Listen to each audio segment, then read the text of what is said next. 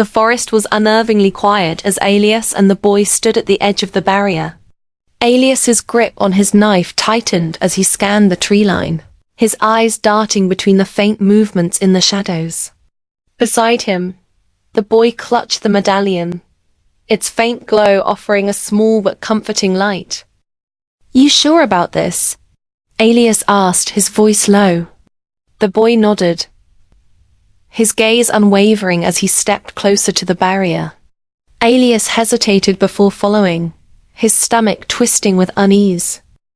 The medallion had revealed its purpose in the days since they'd discovered it. Through trial and error, they'd learned that its light weakened the shadow creature, pushing it back and disrupting its form. That the barrier around the church was weakening, and Alias knew they couldn't rely on it forever.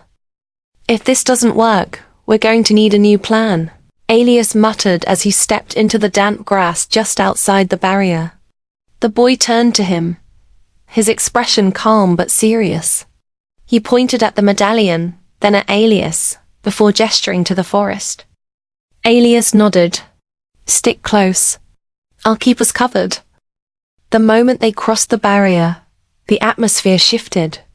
The air felt heavier, colder, and the faint rustling of leaves seemed louder than it should.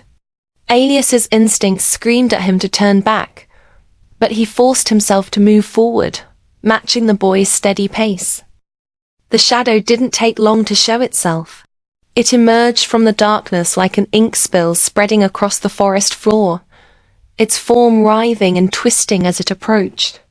Alias raised his knife, his jaw clenching as the creature's guttural growl echoed through the clearing.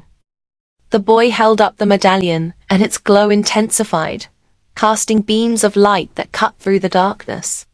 The shadow recoiled, its shape flickering and distorting as it let out a high-pitched screech. Alias took the opportunity to step forward, slashing at the creature with his blade. The knife passed through the shadow's form, and though it didn't leave a visible wound, the creature faltered, retreating slightly. "It doesn't like light or steel," Alias said through gritted teeth. "Good to know." The boy moved closer, his focus entirely on the medallion. He held it aloft, and the light grew even brighter, forcing the shadow further back. Alias noticed the strain in the boy's expression, the slight tremor in his hands. "You're doing great," Alias said, stepping in front of the boy to shield him from the creature's lashing tendrils. "Just hold on a little longer." The shadow let out another screech, then surged forward, its form stretching toward them like a wave.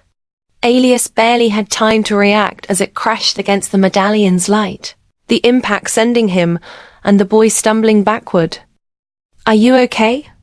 Alias asked, quickly helping the boy to his feet. The boy nodded, his grip on the medallion unyielding despite the strain. The creature hesitated, its form flickering and unstable. Alias realized this was their chance to push it back for good. "We're not done yet," he said, determination hardening his voice. "Let's finish this." Working together, Alias and the boy advanced on the shadow, their movements coordinated despite the chaos. Alias struck with his knife whenever the shadow lunged, each blow disrupting its form. The boy's focus on the medallion never wavered, the light growing stronger with every step they took. As they pressed forward, the shadow began to shrink, its mass condensing into a smaller and smaller shape. Finally, with one last screech, it collapsed into itself, vanishing into the earth with a burst of dark energy that sent a cold gust of wind through the clearing. Alias and the boy stood in silence, their breaths ragged as the forest returned to its eerie stillness. The medallion's glow dimmed, its light now soft and steady. Alias turned to the boy, who looked exhausted but relieved. He placed a hand on the boy's shoulder, offering a reassuring smile. "We did it," he said. "At least for now." The boy nodded, his eyes reflecting a mixture of relief and determination.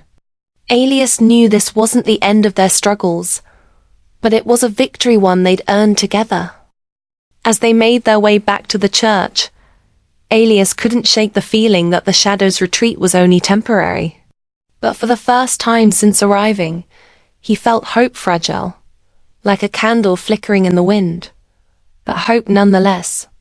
And with the boy by his side, he was ready to face whatever came next.